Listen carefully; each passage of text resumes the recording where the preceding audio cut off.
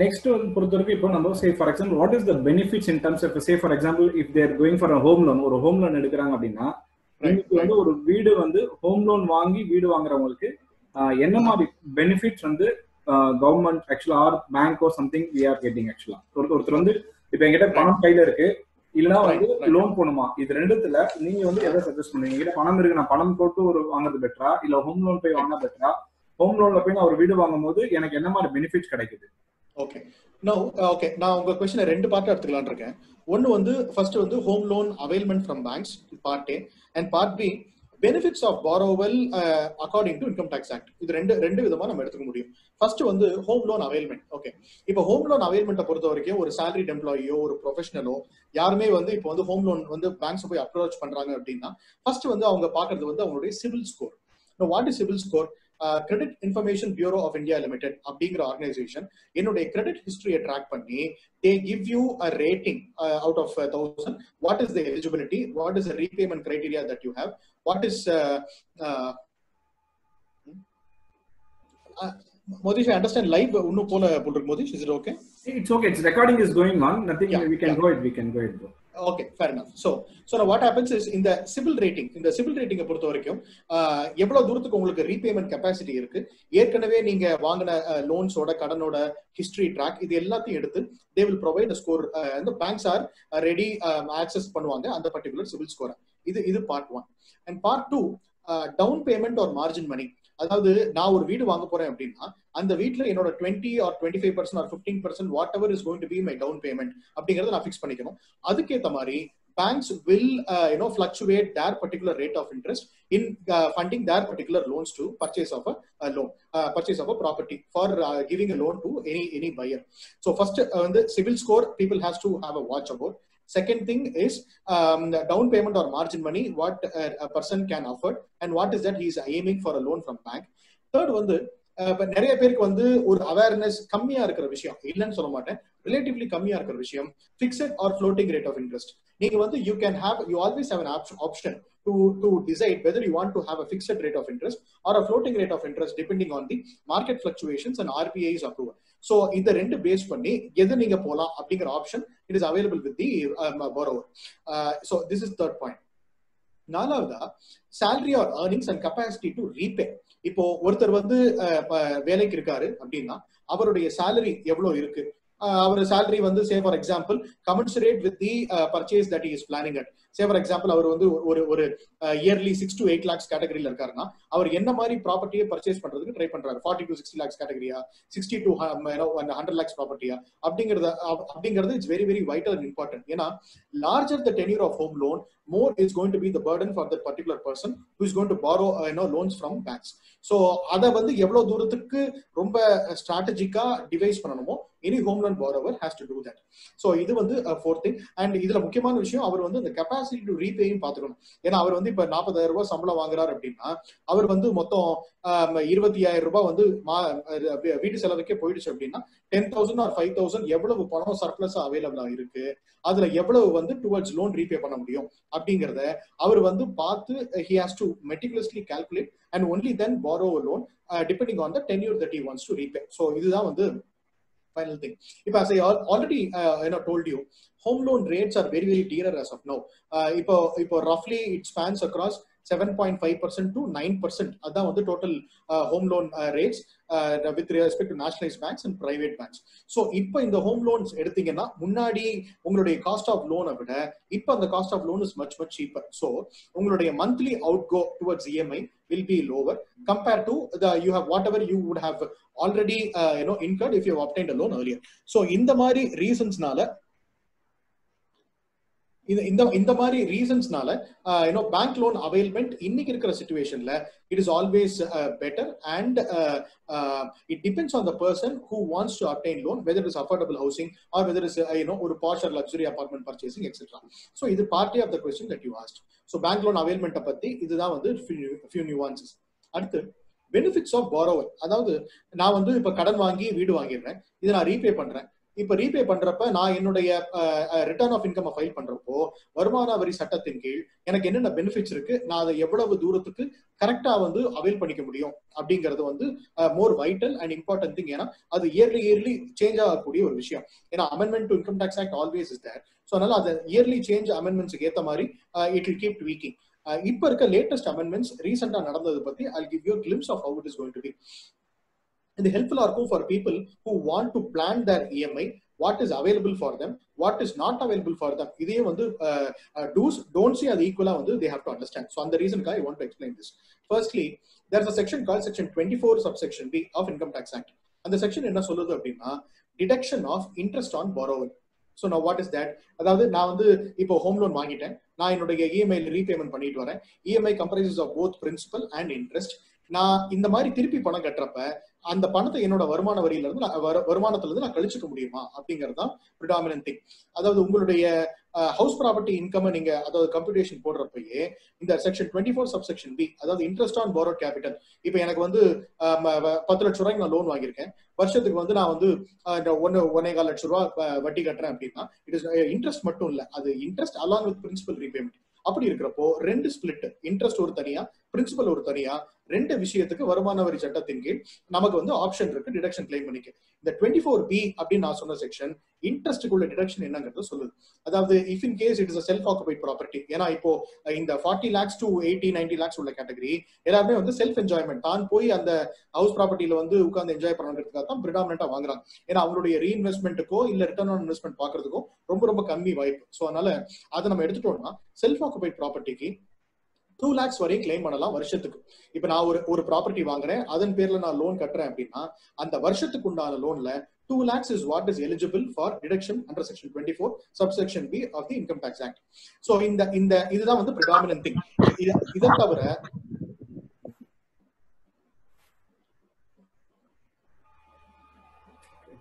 Hello நீங்க proceed பண்ணலாம். Hello கேக்குதா? ஆடியபிளா இருக்கா? இதை தவிர அதாவது இந்த 24 சப்செக்ஷன் பி அப்படிங்கிறதுக்கு சில கண்டிஷன்ஸ் இருக்கு. என்ன மாதிரி கண்டிஷன்ஸ் அப்படின்னா, நீங்க வந்து அந்த particular person who is availing the loan should be owner of that particular property. He should repay that particular loan. அவர் வந்து ஓனரா இருக்கணும், அவரே பாரோவரா இருக்கணும். ரீபேமெண்ட் பண்றது அவருடைய பேங்க் அக்கௌண்ட்ல இருந்து outflow of the money has to happen. So இதெல்லாம் வச்சு நீங்க பாத்தீங்கன்னா 2 lakhs interest benefit is available. இது பார்ட் ஏ. இந்த ரீபே பண்றதுல இருக்கிற principal component of EMI it is eligible for deduction under section 80C of the Income Tax Act. 80C என்ன சொல்லுதுன்னா பிரின்சிபல் ரீபேமெண்ட் எவ்வளவு இருக்கோ அதுல வந்து மொத்த ஸ்லாப் ரேட் லிமிட் தான் அது வந்து 1.5 lakhs. சோ பிரின்சிபல் ரீபேமெண்ட்ல நான் 1.5 lakhs வரையும் I can claim deduction. So principal ரீபேமெண்ட்ல 1.5 lakhs, இன்ட்ரெஸ்ட் ஆன் borrowerல 2 lakhs. சோ மொத்தம் எனக்கு 3.5 lakhs in a year is available for me as an individual home buyer. That is always available for me. இதுல சில nuances இருக்கு. எப்படி பண்ணலாம் அப்படின்னா, காமன் மேன் இது வந்து ரொம்ப கம்மியா இருக்கு, இல்ல எனக்கு வந்து இதோட ஜாஸ்தி பெனிஃபிட் நான் எதிர்பார்க்கிறேன் அப்படின்னு யோசிக்கிறவர் டாக்ஸ் பிளானிங் பண்ண ஆரம்பிக்கணும். அதாவது it is not only straight reading of the provisions of the IT act, is also prudent reading in order to maximise your benefit. அதுக்கு டாக்ஸ் பிளானிங் ஒரு ஆடிட்டரோட அட்வைஸ் கேட்டு எப்படி பண்ணலாம்னு கேட்டா he will be ready to advise. One of the tax planning measures யூசுவலா வந்து general நம்ம கிளைண்ட்ஸ்க்கு advice பண்றது என்னன்னா co-borrower. அதாவது நீங்க ஒரு இண்டிவிஜுவல் ஒரு வீடு வாங்க போறாரு அப்படின்னா அவருடைய ஒய்ஃப் ஸ்பௌஸையும் சேர்த்து வாங்கினாருன்னா இந்த டிடக்ஷன் லிமிட்ஸ் என்னென்ன அவருக்கு அவைலபிளா இருக்கோ அதே அவர் ஸ்பௌஸுக்கும் அவைலபிளா இருக்கு. So outflow of the purchase of property is single, but நீங்க பெனிஃபிட்ஸ் கிளைம் பண்றது 2 பேர் வீடு வாங்கி 2 பேர் லோன் பாரோ பண்ணீங்கன்னா 2 பேரும் தனித்தனியா அதை கிளைம் பண்ண முடியும். ஸோ 2 lakhs தனித்தனியா 4 lakhs கிளைம் பண்ண முடியும். 1.5 lakhs 1.5 lakhs 3 lakhs தனித்தனியா கிளைம் பண்ண முடியும். ஸோ இந்த மாதிரி கோ பாரோவிங் ஆஸ்பெக்ட்ல இன்னைக்கு இருக்க ட்ரெண்ட்ல உள்ள பீப்புள் காமன் மேன் ஒரு ப்ராப்பர்ட்டி பர்ச்சேஸ் பண்ண போனாங்கன்னா 3.5 lakhs உள்ள பெனிஃபிட் 7 lakhs மாறிடும்.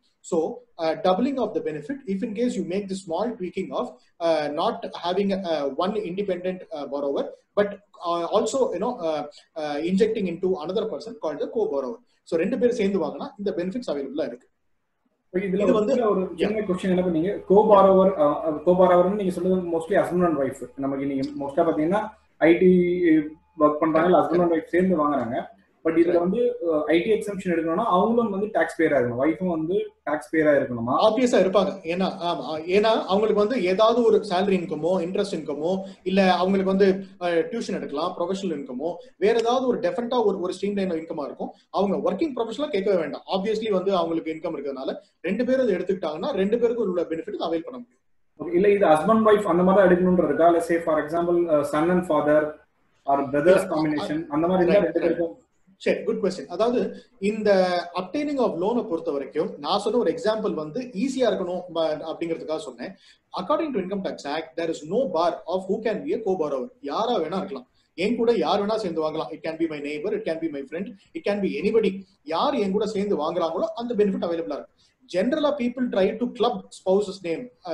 அதுக்காக இந்த benefit of having co-borrower and கோ-ஓனர்ங்கிற கான்செப்ட் வில் பெனிஃபிஷியல். ஸோ யாரா வேணா இருக்கலாம், ரெஸ்ட்ரிக்ஷன் கிடையாது. ஜென்ரலா மோஸ்ட் ஆஃப் த கேசஸ் ஒய்ஃபா இருக்கும். ஸோ ஒய்ஃபா இருந்தா ஹஸ்பண்டா இருக்கும், ஹஸ்பண்ட் இருந்தா ஒய்ஃபா இருக்கும்.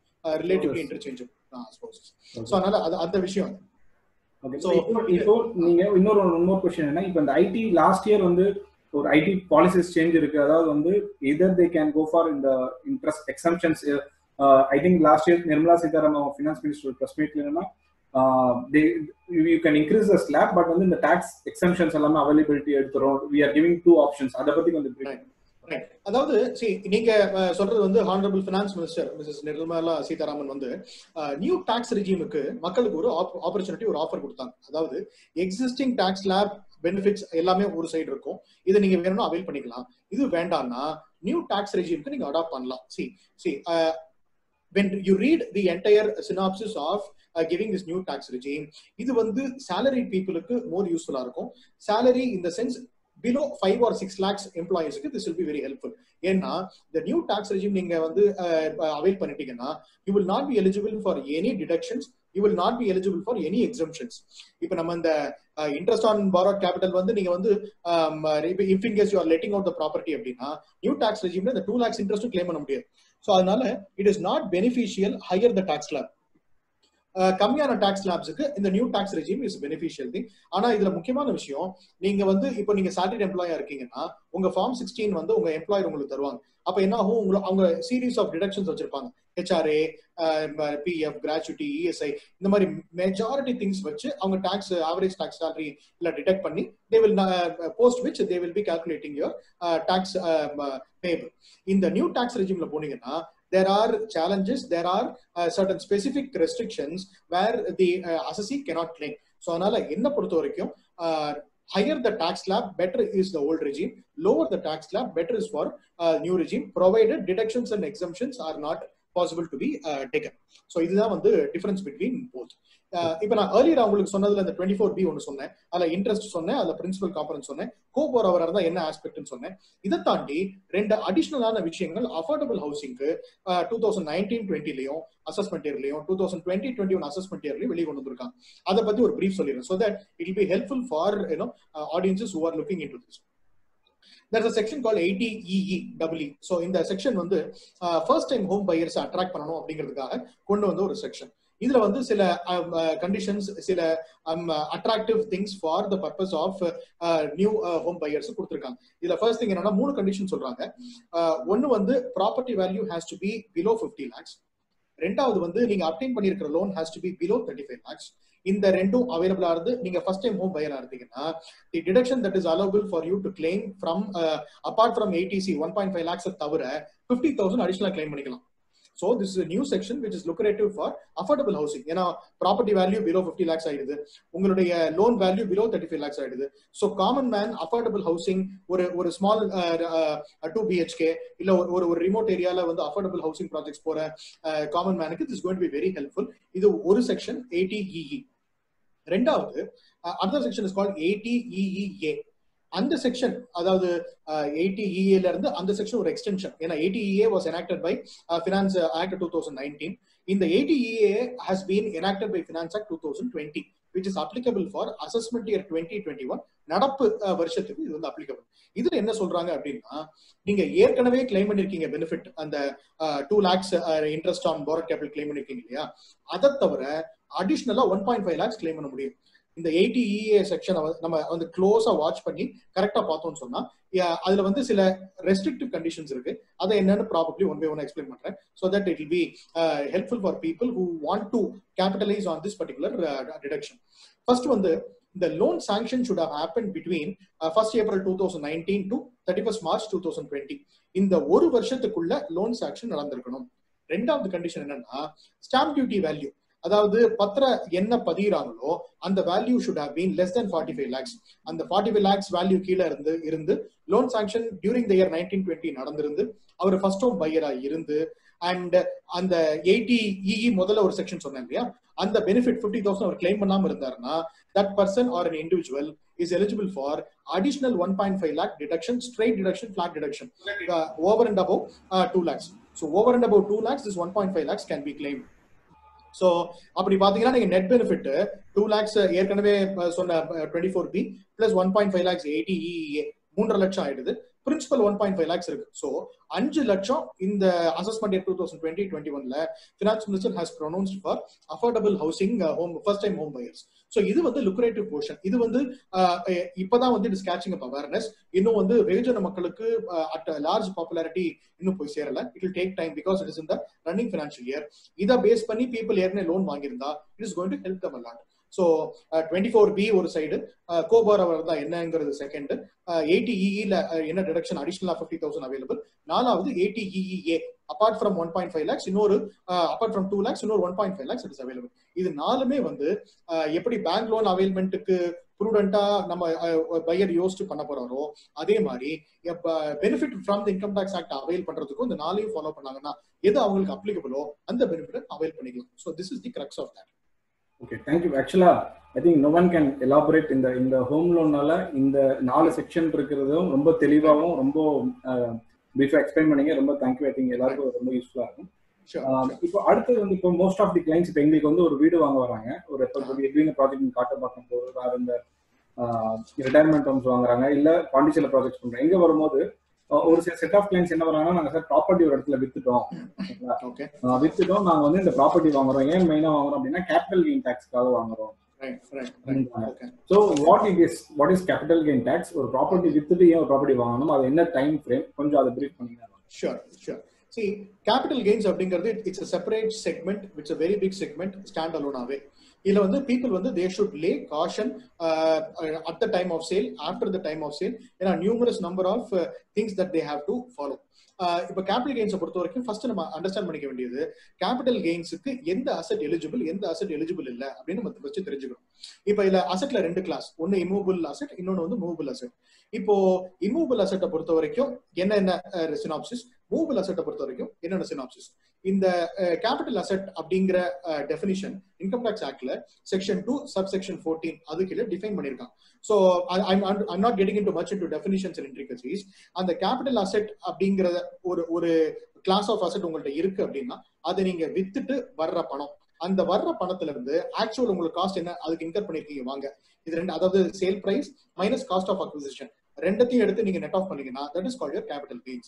எனக்கு வர்ற பிசினஸ்ல நீங்க எப்படி வந்து இன்கம் மைனஸ் எக்ஸ்பென்சஸ் பண்ணா ப்ராஃபிட் கிடைக்குதோ அதே மாதிரி கேபிட்டல் கெயின்ஸை பொறுத்த வரைக்கும் your actual sale price minus your cost of acquisition என்ன விலைக்கு ஏற்கனவே வாங்கியிருந்தீங்களோ that difference is called capital gains. இப்போ இந்த கேபிட்டல் கெயின்ஸை பொறுத்த வரைக்கும் long term capital gain, short term capital gain ரெண்டு concept. Long term capital gain என்னன்னா நீங்க ஒரு ப்ராப்பர்ட்டியை மோர் தேன் 24 months ஹெல்ட் பண்ணிருந்தீங்கன்னா that is called long term capital gain. அதே ப்ராப்பர்ட்டியை லெஸ் தேன் 2 years கையில வச்சிருந்து விற்க போறீங்கன்னா that is called short term capital gain. So இதுதான் ரொம்ப சிம்பிளா, இதர் much more details, intricacies, bifurcations, ஒரு provisions wise clarification with respect to different class of assets எல்லாம் இருக்கு. பட் நான் வந்து பிரீஃபா ப்ராடா சொல்றேன் ஏன்னா that will reach more people and it will be easy for understanding. So first capital அசெட்னா என்ன, கேபிட்டல் கெயின்ஸ்னா என்ன. கேபிட்டல் அசெட் என்கிட்ட இருக்கு, அதை நான் விற்கிறேன், வாங்கின பணத்தை நான் கழிச்சுக்கிட்டேன்னா வர பெனிஃபிட் வந்து எனக்கு கேபிட்டல் கெயின்ஸ். அந்த கேபிட்டல் கெயின்ஸ் என்னவா இருக்கலாம், லாங் டேர்மா இருந்தா 2 வருஷத்துக்கு மேல இருந்திருக்கணும், ஷார்ட் டேர்மா இருந்தா 2 வருஷத்துக்கு கீழே இருந்திருக்கணும். இதுதான் முதல்ல brief understanding about capital gains. இப்போ டாக்ஸேஷன் அப்படின்னு பாத்தீங்கன்னா ஷார்ட் டேர்ம் கேபிட்டல் கெயின் ரொம்ப ரொம்ப simple. It will be taxed at income slabs of that particular assessee. இப்போ அசசி வந்து 5% டாக்ஸ் ஸ்லாப்ல இருக்கலாம், 20%ல இருக்கலாம், 30%ல இருக்கலாம்.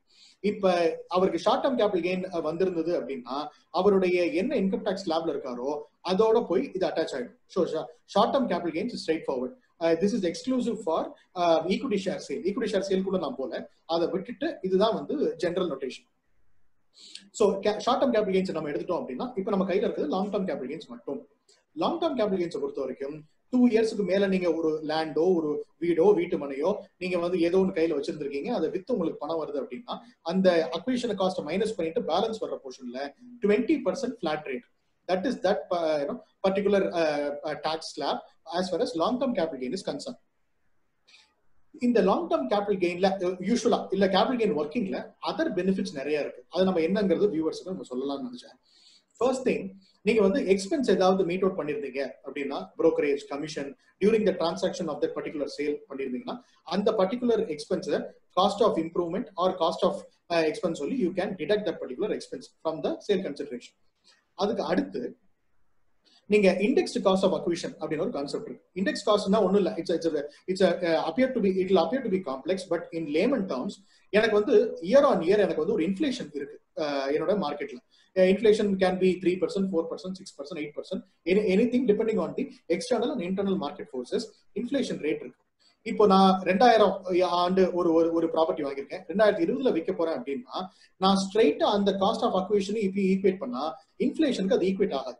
ஸோ அதனால இன்கம் டாக்ஸ் ஆக்ட்ல என்ன சொல்றாங்க அப்படின்னா இண்டெக்ஸ்டு காஸ்ட் ஆஃப் அக்விசிஷன் அப்படின்னு ஐசிஏ அப்படின்னு ஒரு கான்செப்ட் இன்ட்ரடியூஸ் பண்றாங்க. நான் வந்து இப்ப அப்ப வந்து 100 ரூபாய் இருந்த ப்ராப்பர்ட்டி இப்ப 100 ரூபாய் கிடையாது, அது வந்து இப்ப 150 ரூபாய் இருக்கலாம், 200 ரூபாய் இருக்கலாம், எவ்வளவு வேணா இருக்கலாம். ஸோ இந்த இன்ஃபிளேஷன் அட்ஜஸ்ட் பண்றதுக்காக இந்த பெனிஃபிட் இன்கம் டாக்ஸ் ஆக்ட் தருது. அதோட நுவான்சஸ் அதோட ஒர்க்கிங்ஸ் ஒரு ஆடிட்டர் ஹெல்ப் பண்ணுவாரு எனி காமன் மேனுக்கு. ஸோ அதை வந்து ஒரு ஆடிட்டரோட ஹெல்ப் எடுத்துட்டு அவங்களுக்கு பண்ணாங்கன்னா it will be much more simpler for them. அவங்க வந்து டென்ஷன் ஃப்ரீயா இருக்கலாம். ஸோ இந்த இண்டெக்ஸ் காஸ்ட் அக்விஷன் கான்செப்ட்ல அவங்க அந்த பெனிஃபிட் அவைல் பண்ணிக்க முடியும் after deduction of that expenses like commission brokerage. So இது இந்த பேலன்ஸ் அரைவ் என்ன அமௌண்ட் அரைவ் பண்றீங்களோ அதுக்கு 20% is the flat tax rate as far as long term capital gain is concerned. இது வந்து first thing, basics of capital asset, what is capital gain, index cost acquisition benefit என்ன, expenses brokerage commission deduct பண்ணிக்கலாம். இது வந்து first part. Second part of the entire thing is இது வந்து எனக்கு இந்த 20% டாக்ஸ் வந்துருது, இந்த 20% நான் டாக்ஸ் வராம இருக்கணும்னா நான் இப்ப என்ன செய்யறது அப்படிங்கறது உங்களுடைய ப்ரெடாமினன்ட் கொஸ்டின். அதாவது income tax act gives 2-3 options for a person to make reinvestment and take a benefit of the particular section that it has said.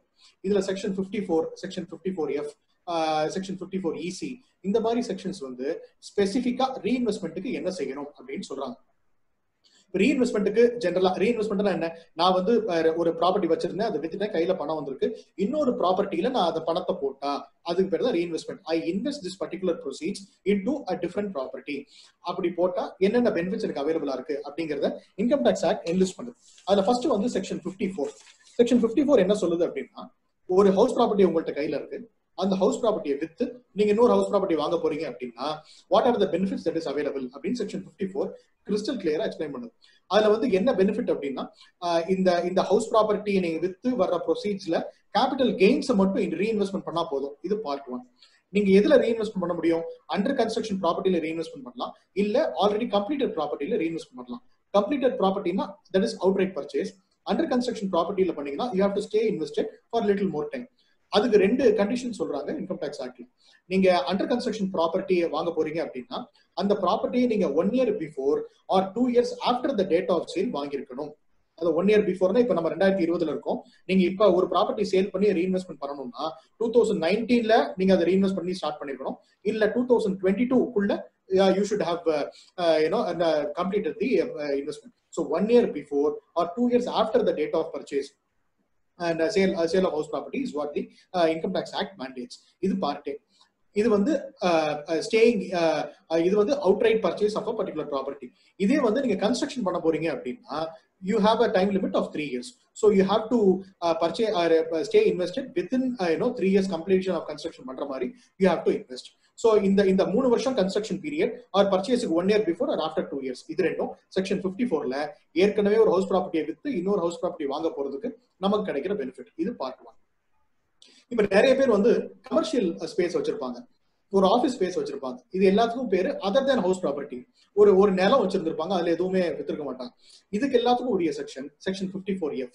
இந்த செக்ஷன்ல என்ன சொல்றாங்கன்னா, அதர் தேன் ஹவுஸ் ப்ராப்பர்ட்டி ஏதாவது ஒரு கேபிட்டல் அசெட் நீங்க with வர்ற பணத்தை ஹவுஸ் ப்ராப்பர்ட்டில இன்வெஸ்ட் பண்ணலாம். அப்படி இன்வெஸ்ட் பண்ற பணம் என்டையர் சேல் ப்ரொசீட்ஸா இருக்கணும். நம்ம 54ல என்ன பார்த்தோம் அப்படின்னா, கேபிட்டல் கெயின்ஸ் அந்த டிஃபரன்ஸ் போர்ஷன் பெனிஃபிட்டை மட்டும் இன்வெஸ்ட் பண்ணா போதும். ஆனா 54Fல என்ன சொல்றா, entire amount of sale proceeds has to get invested.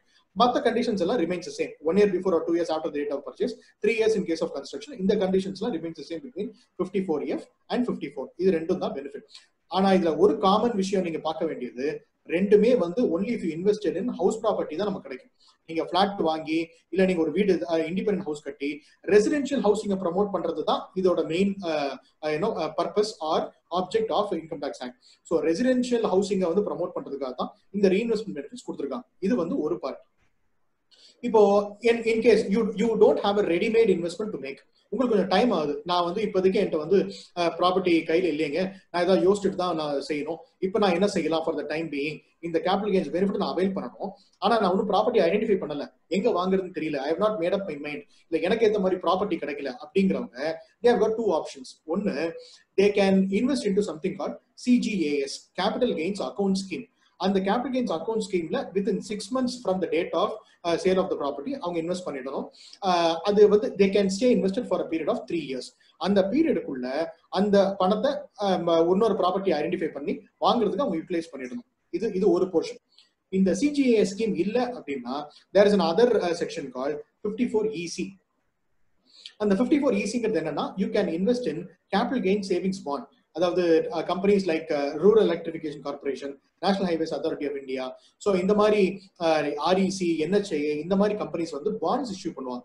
So இந்த 54ECங்கிற செக்ஷன் கீழே 50 lakhs வரையும் அந்த பர்டிகுலர் பாண்ட்ஸை நீங்க பர்ச்சேஸ் பண்ணி வச்சுக்கலாம். You have to purchase that bond with due date of filing return. இதெல்லாம் வந்து கண்டிஷன்ஸ். ஸோ 54 என்ன, 54F என்ன, 54ECல என்ன, கேபிட்டல் கெயின்ஸ் அக்கௌண்ட் ஸ்கீம் என்ன. ஸோ இது 4 தான் ப்ராடா காமன் மேனுக்கு தெரிய வேண்டிய, அவேர்னஸ் இல்லாம இன்னும் ஜாஸ்தியா இருக்க வேண்டிய 4 செக்ஷன்ஸ். ஏன்னா multiple other things I'm not getting into all that. So வீடு வித்து இன்னொரு வீட்ல இன்வெஸ்ட் பண்றது தான் வந்து இதோட கான்செப்டே. ரெசிடென்ஷியல் ஹவுசிங் ப்ரொமோட் பண்றதுக்காக income tax act has pronounced all this. இந்த கேபிட்டல் கெயின்ஸ் நீங்க சொன்ன மாதிரி ஒருத்தர் நில வித்து வராரு, நான் பெனிஃபிட் பண்ண முடியுமா? டெஃபினட்டா பண்ண முடியும். ப்ராப்பரா வித்தின் டைம் லிமிட் பண்ணீங்கன்னா செய்ய முடியும்.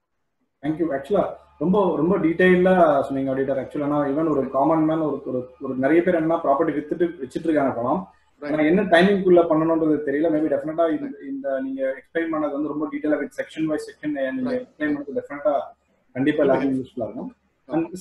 பொதுவா இப்போ நம்ம இந்த அஃபோர்டபிள் செக்மெண்ட்டோ மிடில் கிளாஸ் ஃபேமிலிக்குள்ள இருக்கும்போது என்ன அப்படின்னா, இந்த ப்ராப்பர்ட்டிஸ் வாங்கி வச்சிடறாங்க, அதுக்கப்புறம் ஒரு ப்ராப்பர் சக்சஷன் பிளான் இருக்கிறது இல்ல, அதுக்கு ஃபேமிலி டிஸ்பியூட் ஆயிடுது. நிறைய பேர் பாத்தீங்கன்னா ஈவன் ஜேவி வருது, ஜேவி ஜாயிண்ட் வெஞ்சர்ஸ் வரும்போது என்ன ஆயிடுதுன்னா, ப்ராப்பர்ட்டி அப்பா வாங்கி வச்சிருக்காரு, எந்த ப்ராப்பர்ட்டி யாருக்குன்னு சொல்லி ஒரு டெஃபினேஷன் இல்ல, இறந்ததுக்கு அப்புறம் ஃபேமிலிக்குள்ள பெரிய டிஸ்பியூட்ஸ் இந்த மாதிரி விஷயங்கள் இருக்கு. இதை தவிர்க்கணும்னா ஆடிட்டர் நீங்க வந்து ஒருத்தர் வந்து ஒரு ப்ராப்பர்ட்டி வாங்கிட்டாரு, வாங்கின உடனே இதுக்கு என்ன சக்சஷன் பிளான் பண்ணணும், எப்படி பண்ணா பெட்டரா இருக்கும் சஜஷன்? முதல்ல அவேர்னஸ் வந்து in elderly people who want to settle this property or who want to make an arrangement ஜாஸ்தி ஆகணும். எல்லாரும் நினைக்கிறாங்க, நான் இருக்கிற வரைக்கும் நான் தான் ராஜா, எனக்கு அப்புறம் என்ன வேணா அவங்க செஞ்சுக்கிட்டோம் அப்படின்னு நினைக்கிறது ஒரு தப்பான ஒரு பிரசிடென்ட்டா அமைஞ்சிடும். நீங்க இருக்கிறப்பவே ஒரு விஷயத்த கரெக்ட் பண்ணி வைக்கலன்னா உங்களுக்கு அப்புறம் டெஃபினட்டா பிரச்சனையில தான் போய் முடியும். இது வந்து நம்ம எல்லாருக்கும் தெரிஞ்ச ஒரு விஷயம்.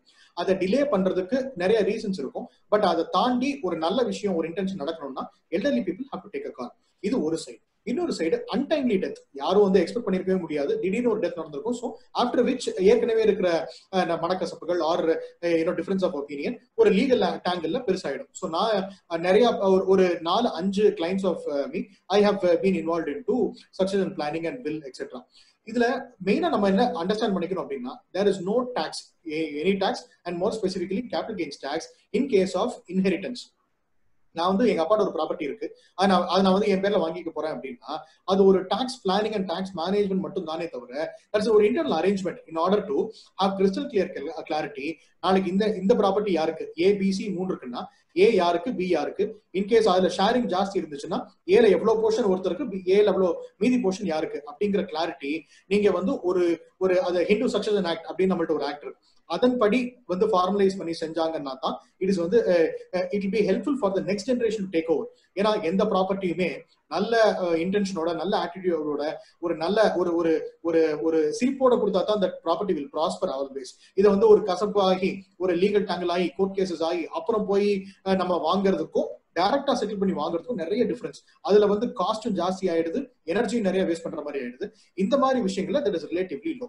ஸோ ஃபர்ஸ்ட் நான் கன்வே பண்ண வேண்டிய பாயிண்ட், இது வந்து ஒரு டாக்ஸ் பிளானிங் மேனேஜ்மெண்ட் மட்டும் தான். இன்ஹெரிட்டன்ஸ்ல there is nothing called tax, capital gains tax கிடையாது. இப்ப இந்த இன்ஹெரிட் பண்ண ப்ராப்பர்ட்டி ஒருத்தர் விற்க போறாரு அப்படின்னா அப்ப கேபிட்டல் கெயின்ஸ் டாக்ஸ் வரும். ஸோ அது வந்து செகண்டரி ஈவெண்ட். இப்போ இந்த இந்த எல்லாத்துக்கும் ஒன் ஸ்டாப் சொல்யூஷன் வந்து வில் தான். அதாவது டீட் ஆஃப் இன்ஹெரிட்டன்ஸ் அப்படின்னு சொல்லுவாங்க. இந்த டீட் ஆஃப் இன்ஹெரிட்டன்ஸை ப்ராபப்ளி ஒரு ஒரு ஒரு லீகல் அட்டார்னி வச்சோம், ஒரு ஒரு அந்த ஃபேமிலி இல்ல அந்த குரூப்போட ஆடிட்டர் வச்சோம், நிறைய வந்து பெரிய ஆட்கள் வந்து டே கீப் டிராஃப்டிங். அதுல வந்து நிறைய நுவான்சஸ் இருக்கு. எப்படி இதை ஸ்ட்ரீம்லைன் பண்ணணும், maintenance of the property what happens, யாருக்கு என்ன ஷேரு, என்ன இயர் வரையும் இதை யார் யூஸ் பண்ணிக்கலாம், இப்படின்னு அந்த owner or the prime principal person என்னென்ன நினைக்கிறாரோ எல்லாத்தையும் சட்ட விதிகளுக்கு உட்பட்டு அந்த டீட் ஆஃப் இன்ஹெரிட்டன்ஸ் கொண்டு வர முடியும். அதுக்கு பாசிபிலிட்டி இன்னைக்கு வைட் ஓப்பனா இருக்கு. ஒரே விஷயம் இதுல அவேர்னஸ் இல்லாம இருக்கு. இது அவங்க என்ன பண்ணலாம் அப்படின்னா ட்ரஸ்ட்வர்த்தினஸ் மாதிரி அவங்களுக்கு கிரியேட் ஆகுறதுக்கு யாராவது ஒரு ஒரு நல்ல ரெப்யூட்டட் பர்சன் இல்ல ஃபேமிலி ஃப்ரெண்ட் இல்ல அவங்களுக்கு தேவையான எல்லாருக்கும் பரிச்சயமான ஒருத்தர்கிட்ட இதை கொடுத்து வச்சிடலாம். அந்த இன்ஃபர்மேஷன் மத்தவங்களுக்கு சொல்லிடலாம். After me this is what it is அப்படின்னு இந்த கிளாரிட்டி அரைவ் பண்ணாதனாலதான் நீங்க சொல்ற மாதிரி நிறைய இடங்கள்ல திஸ் இஸ் கோயிங் ஹேவ். அதை அவாய்ட் பண்றதுக்கு மெச்சூரிட்டி வித் எல்டர்ஸ் வேணும். அதை அக்செப்ட் பண்ணி டேக் ஓவர் பண்ணி போறதுக்கு யங்ஸ்டர்ஸும் they have to be very well equipped. So Hindu section act படி டீட் ஆஃப் இன்ஹெரிட்டன்ஸ் இது எல்லாத்தையும் அவங்க டிராஃப்ட் பண்ணி மெயின்டெனன்ஸ், நான் சொன்ன மாதிரி மெயின்டெனன்ஸ் யார் பார்க்கணும், ஓனர்ஷிப் யாரு, ரெண்டல் ப்ரொசீஜ் ஃபார் எக்ஸாம்பிள் இருந்துச்சுன்னா அதை யார் என்ஜாய் பண்ணிப்பாங்க அப்படிங்கறத கிறிஸ்டல் கிளியரா அவங்களுக்கு ஏத்த மாதிரியே அந்த பிரின்சிபல் பர்சன் டிராஃப்ட் பண்ணி வைக்க முடியும். அதை செய்யணும். நிறைய பீப்புள் செய்ய ஆரம்பிச்சா it is better for next generation to carry. Okay, actually நீங்க சொன்ன மாதிரி இப்போ வில் பண்ணிடுறாங்க. வில் வந்து இப்போ ஃபார் எக்ஸாம்பிள் இப்போ எங்க அம்மா ப்ராப்பர்ட்டி வச்சிருக்காங்க, அவங்க வந்து வில் எனக்கோ இல்லை என் தம்பிக்கோ யாருக்கும் வில் எழுதுறாங்க. பட் வில்ல கண்டிஷன் இருக்கலாம். அப்ப அவங்க இருக்கிறதுக்கும் அது அவங்களுக்கு, அதுக்கப்புறம் வந்து எங்களோட அடுத்த ஜெனரேஷனுக்கு அப்படின்ற மாதிரி. ஆமா, வில்லுல வந்து ரெஸ்ட்ரிக்டிவ் கிளாசஸ் அப்படிம்பாங்க. அதாவது conditional classes and restrictive classes. இந்த என்னுடைய ப்ராப்பர்ட்டி என்னுடைய பையனுக்கோ என்னுடைய தம்பிக்கோ என்னுடைய யாருக்கோ யார் இன்னாருக்கும் சேரும். அவங்க டென்யூருக்கு அப்புறம் இது வந்து விற்கப்பட முடியாது, இன்னாருக்கு தான் போய் சேரும். நிறைய பேர் என்ன பண்ணுவாங்க, இந்த பர்டிகுலர் ப்ராப்பர்ட்டி இவங்க எடுத்துக்கலாம், இன்கேஸ் இவங்க இல்லைனாலோ எடுத்துக்க முடியாத சூழ்நிலை உண்டானாலோ ஒரு ட்ரஸ்ட் கொடுத்துடலாம் அப்படிங்கிற மாதிரி சொல்லி நிறைய காயின் பண்ணி நான் லைவ் எக்ஸாம்பிள்ஸ் பார்த்திருக்கேன். So restrictive clauses and conditional clauses deed of inheritance வில்லில் எழுத முடியும். டிபெண்டிங் ஆன் இப்போ ஒருத்தருக்கு 3 பையன் இருந்தா 3 பையன் ஒரே மாதிரி இருக்க மாட்டாங்க. ஒருத்தர் பலசாலியா இருப்பாரு, ஒருத்தர் இன்டெலிஜென்டா இருப்பாரு, ஒருத்தர் கொஞ்சம் வீக்கா இருப்பாரு கம்பேர் டு. சோ அதுக்கேற்ற மாதிரி ரெஸ்ட்ரிக்டிவ் கிளாசஸ் அந்த principal person or individual of the house எழுதி வச்சுட்டாங்கன்னா லிட்டிகேஷன்ஸ் அண்ட் இஷ்யூஸ் நாளைக்கு என்னைக்குமே வந்து குறைச்சலா இருக்கும். So that is really missing out in families which has to pick up very quickly. ரொம்ப அருமையா சொல்லிருந்தீங்க. ஆக்சுவலா நாங்களே இப்போ மார்க்கெட்ல போய் ப்ராஜெக்ட்ஸ் வாங்கும்போது ஒரு லிட்டிகேஷன் அந்த மாதிரி விஷயம் இருந்தா பிரைஸ் கம்மியா போகுது. ப்ராப்பர்ட்டி நீங்க இப்போ இந்த மாதிரி ஒரு பில் எழுதி வச்சுட்டாங்க அப்படின்னா டெஃபினட்டா அவங்களுக்கு அந்த பிரைஸ் டிப்ரிசியேஷன் கிடைக்காது. இல்லைன்னா தேவையில்லாம ஒரு கோர்ட் கேஸ் போகும்போது ஒரு ப்ராப்பர்ட்டி லிட்டிகேட்டட் ப்ராப்பர்ட்டி அப்படின்னால அது வந்து மார்க்கெட் பிரைஸை விட கம்மியா தான் ஆக்சுவலா அது லாஸ் ஆகும். ரொம்ப ரொம்ப கிளியராகவும் தெளிவாகவும் சொல்லியிருந்தீங்க. Thank you Subramaniam sir for wonderful session we had with you. கிட்டத்தட்ட இது COVID-19 டைம்ல இது வந்து நிறைய பேனிக் ஆக தேவையில்லை. இது ரைட் டைம் டு இன்வெஸ்ட் பாயிண்ட்ல இருந்து இது வந்து ஒரு ஹோம் லோன் போனா என்ன பெனிஃபிட், இன்கம் டாக்ஸ்ல என்ன பெனிஃபிட் இருக்கு, கிட்டத்தட்ட கோபாரோவரா போனா என்ன பெனிஃபிட், அதுக்கப்புறம் வந்து capital gain tax, short term என்ன, long term capital gain tax, ஒரு ப்ராப்பர்ட்டி வித்துட்டு உள்ள வரும்போது செக்ஷன் 54ல இருந்து டீடைல்டா சப்சிக்வெண்ட் செக்ஷன்ஸ் இருக்கும், நீங்க டீடைலா சொன்னீங்க. Plus succession plan will. So இந்த மாதிரி டே டு டேல ஒரு காமன் மேனுக்கு ஓகேங்களா, ஒரு ஆடிட்டிங்கோ டாக்ஸ் சேவிங்கை பத்தி ஒரு ரியல் எஸ்டேட்ன்ற விஷயம் காமன் மேன் நீங்க சின்ன என்ன சொல்றது வரும் நாலேஜ் இல்லாம படிப்பறிவு இருக்கிற எல்லாருக்குமே இன்வெஸ்ட் பண்றாங்க. ஒரு விதத்துல அக்ரிகல்ச்சர் லேண்டா இருக்கலாம், இல்ல கமர்ஷியல் லேண்டாவோ ரெசிடென்ஷியல் ஏதோ இன்வெஸ்ட் பண்ணிட்டு இருக்காங்க. ஆனா இந்த டாக்ஸேஷன் பாயிண்ட் புரிதல் நிறைய பேருக்கு இருக்காது ஆக்சுவலா. ஸோ இன்னைக்கு நீங்க கொடுத்த செஷன் வந்து டெஃபினட்டா எல்லாருக்குமே ரொம்ப யூஸ்ஃபுல்லா இருக்கும். ஃப்ரெண்ட் அண்ட் கிளைண்ட்ஸ் ரொம்ப தேங்க்யூ ஃபார். உங்களுக்கு எதனா ஃபர்தர் டவுட்ஸ் அவர்கிட்ட பேசணும் அப்படின்னா you just send me in a comment box any queries questions on that. You just forward to him and get an answer for you. Thank you auditor sir for wonderful session. We are very happy to have you within our webinar today. Definitely, it is an enlightened session. Thank you, sir. Thank you all for this wonderful webinar. Thank you. Thank you. Thank you. It was a nice experience for me too. Thank you, Mutish. Let's catch up. Thank you. Hey friends, subscribe to my YouTube channel and follow me on Facebook for regular updates.